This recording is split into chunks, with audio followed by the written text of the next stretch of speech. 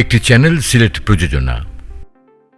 মহামারীর মধ্যে চিকিৎসার নামে প্রতারণা আর জালিয়াতির মামলায় 1 সপ্তাহ ধরে পলাতক রিজেন্ট হাসপাতালের চেয়ারম্যান মোহাম্মদ শাহেদ উরফে শাহেদ করিমকে সাতক্ষীরার দেবহাটা সীমান্ত থেকে গ্রেফতার করেছে র্যাব। বুধবার ভোরে দেবহাটা সীমান্ত কোমরপুর গ্রামের লবঙ্গবতী নদীর তীর থেকে একটি গুলিভর্তি পিস্তল সহ তাকে গ্রেফতার করা হয়। র্যাব সূত্র জানায়, বোরকা পরে নৌকায় করে পাশের দেশে পালিয়ে যাওয়ার চেষ্টায় ছিলেন শাহেদ উরফে শাহেদ করিম। কিছুক্ষণ দেরি হলে হয়তো তাকে আর পাওয়া যেত না। অভিজাত জীবনযাপন করা শাহেদ গ্রেফতারের পরও বিলাসিতারই সুযোগ পায়। গ্রেফতারের পর হেলিকপ্টারে করে শাহেদকে নিয়ে আসা হয় ঢাকার পুরাতন বিমানবন্দরে।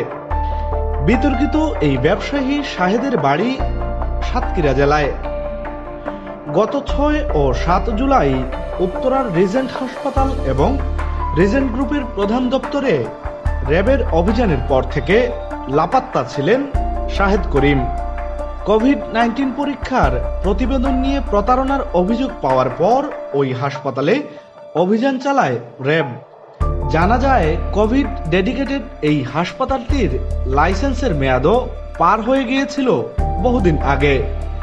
অভিযানে করোনা ভাইরাস পরীক্ষার ভুয়া রিপোর্ট, করোনা ভাইরাস চিকিৎসার নামে রোগীদের কাছ থেকে কয়েক কোটি টাকা হাতিয়ে নেওয়া সহ নানা অনিয়মের প্রমাণ পাওয়ার পর রিজেন্ট হাসপাতালের উত্তরা ও মিরপুর শাখা বন্ধ করে দেয়া হয়। র্যাবের ওই অভিযানের পর রিজেন্টের মালিক মোহাম্মদ শাহেদের নানা অনিয়ম আর দুর্নীতির খবর গণমাধ্যমে আসতে শুরু করে। ক্ষমতাসীন আওয়ামী লীগের সহসম্পাদক পরিচয়ে ক্ষমতার ধাপট দেখিয়ে কিভাবে তিনি নানা অপকর্ম চালিয়ে আসছিলেন সেসব তথ্যও এখন গণমাধ্যমে ভাসছে। চলমান এই ঘটনায় উত্তরা পশ্চিম থানায় প্রতারণার অভিযোগে শাহেদকে 1 নম্বর আসামি করে 17 জন আসামির বিরুদ্ধে মামলা করে র্যাব। শাহেদের দেশ ত্যাগে নিষেধাজ্ঞা দিয়ে তার ব্যাংক হিসেবও জব্দ করা হয়। এত আলোচনা যাকে নিয়ে, কে এই শাহেদ? সাতক্ষীরার ছেলে শাহেদ স্কুলের গণ্ডি শেষ করার আগেই ঢাকায় চলে আসেন। তার মা সোফিয়া করিম একসময় মহিলা আওয়ামী লীগের সঙ্গে জড়িত ছিলেন। বাবা সিরাজুল করিম ছিলেন ব্যবসায়ী। সাতক্ষীরা শহরের কামালনগরে করিম সুপার মার্কেট নামে একটি বিপণী বিতানও ছিল তাদের। শাহেদের মা মারা যাওয়ার পর তার বাবা ওই মার্কেট বিক্রি করে স্থায়ীভাবে সাতক্ষীরা ছেড়ে ঢাকায় চলে আসেন।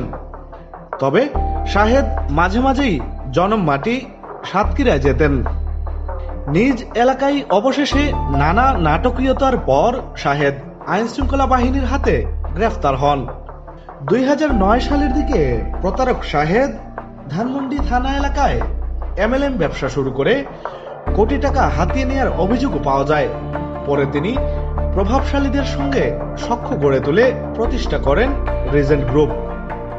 এই গ্রুপের হাসপাতাল ছাড়াও কলেজ, বিশ্ববিদ্যালয়, আবাসন ও হোটেল ব্যবসা রয়েছে। শাহেদের খুঁটির জোর কোথায়? বেশ কয়েক বছর আগে আওয়ামী লীগের বিভিন্ন প্রভাবশালী নেতাদের বাসায় যাওয়া আসা শুরু করেন শাহেদ। এর মধ্যে বিভিন্ন টেলিভিশনের টক শোতেও দেখা যেতে থাকে প্রতারক শাহেদকে। অনেক সাংবাদিকদের সাথেও ঘনিষ্ঠতা তৈরি হয় তার।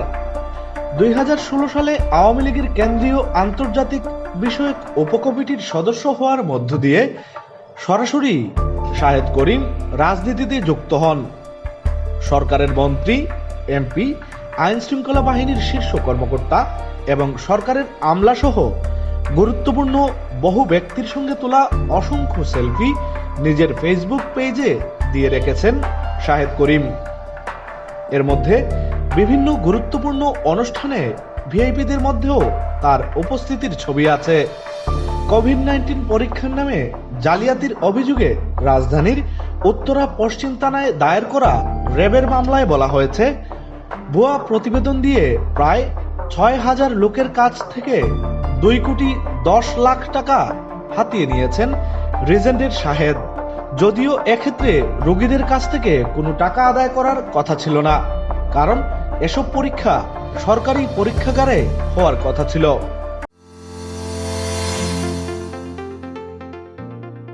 একটি চ্যানেল সিলেট প্রযোজনা।